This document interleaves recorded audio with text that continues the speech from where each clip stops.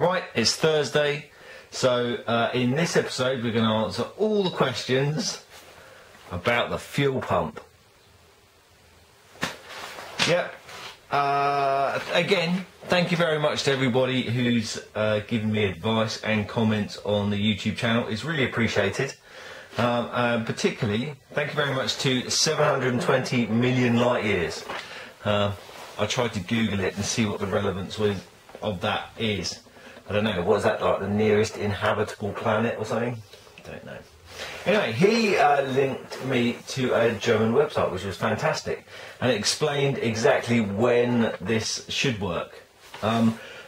So, there's a positive and a negative that goes to the pump.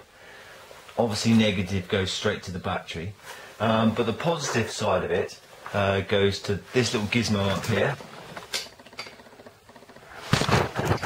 Don't know what that's called, but in this diagram it's this little gizmo here, and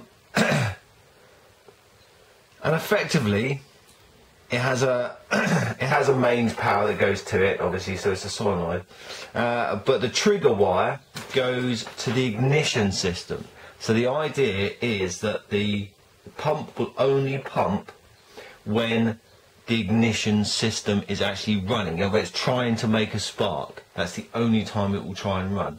It has a set of points inside the pump itself, so if there's already enough fuel pressure on the other side of the pump, it won't pump. But obviously if the fuel pressure has dropped to a certain extent where the float bowls need filling, then that will pump.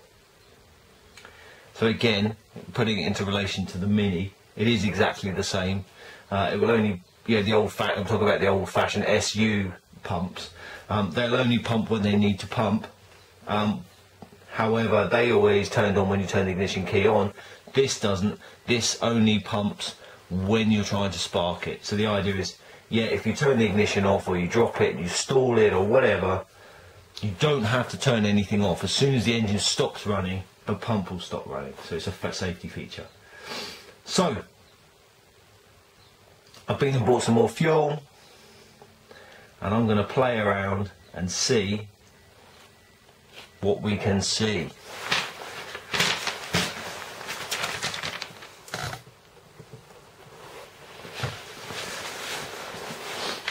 Okay, test number one. This is the outlet hose. I've just put fuel in the tank. I've disconnected the power supply so I can hot wire it. So this is purely to see, will the pump pump? Oh yeah, she's good. Another question somebody asked is, will it pump under pressure?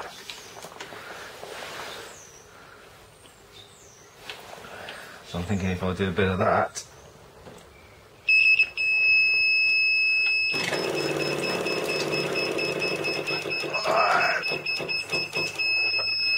Okay, I think that's good. So yeah, isn't it? When it won't pump.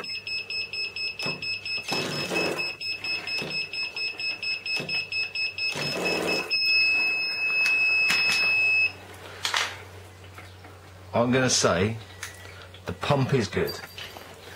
So the next question is it pumping when it's supposed to pump, isn't it? So I need to rewire that.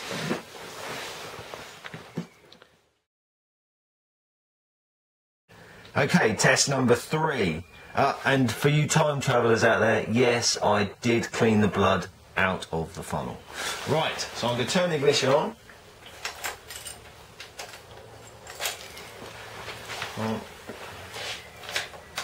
Ignition is on. OBS, no pumping. So I'm going to crank her over. Let's see what happens.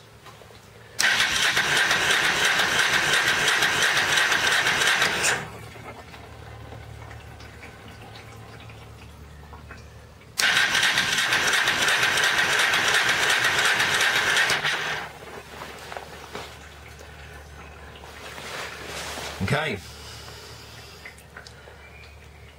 I know that the hoses are clear all the way to the carbs and the float bowl because I've had those all to bits, and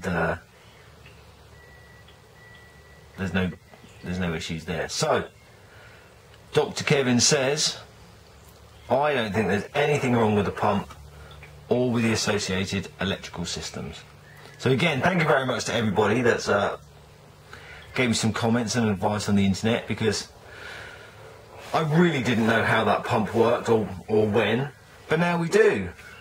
Every day's a school day. So I'm pleased about that. Pleased that, you know, I know that that works. Still slightly annoyed that it doesn't want to start without a whiff of easy start. Okay, let me put this back together again.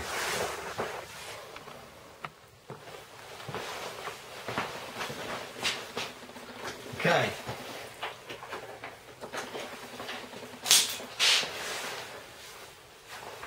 So we know it's not a fuel delivery. We know it's not spark, because that's pretty good. Air is not an issue because I haven't got an air filter on it. So it just goes back to the carb. Something's not right. The annoying thing is it runs really well when it's running. It's just that initial crank over, isn't it? Oh, let's give it another go.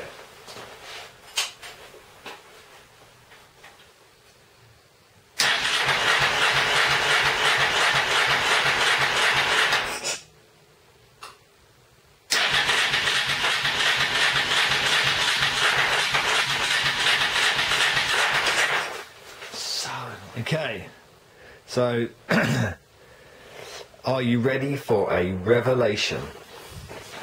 And maybe start thinking about the choke. So here we go. This is the choke. Goes in and out. Hang on. Can I do that one-handed? No, I can't. So that's the choke. So I thought maybe, you know. There you go. So the thing is, when I pull the choke in and out, I can't really make that pin go in and out. I don't know why. Or maybe I don't know why. And that lives in this little doodah here.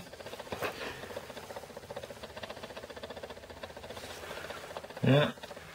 Okay, so far so good.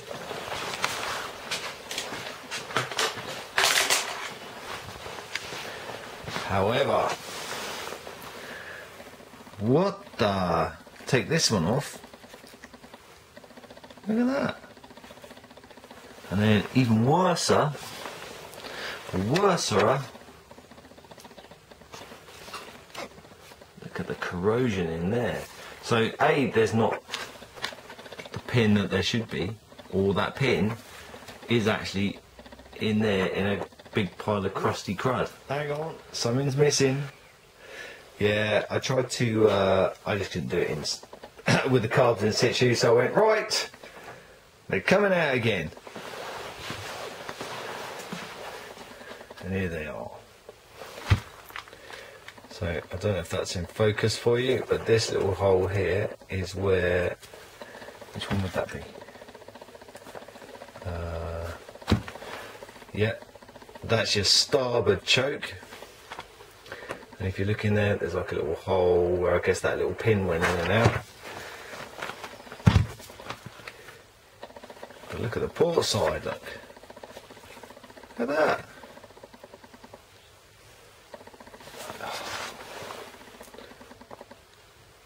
good, is it? It's completely solid. Completely solid with corrosion, I guess.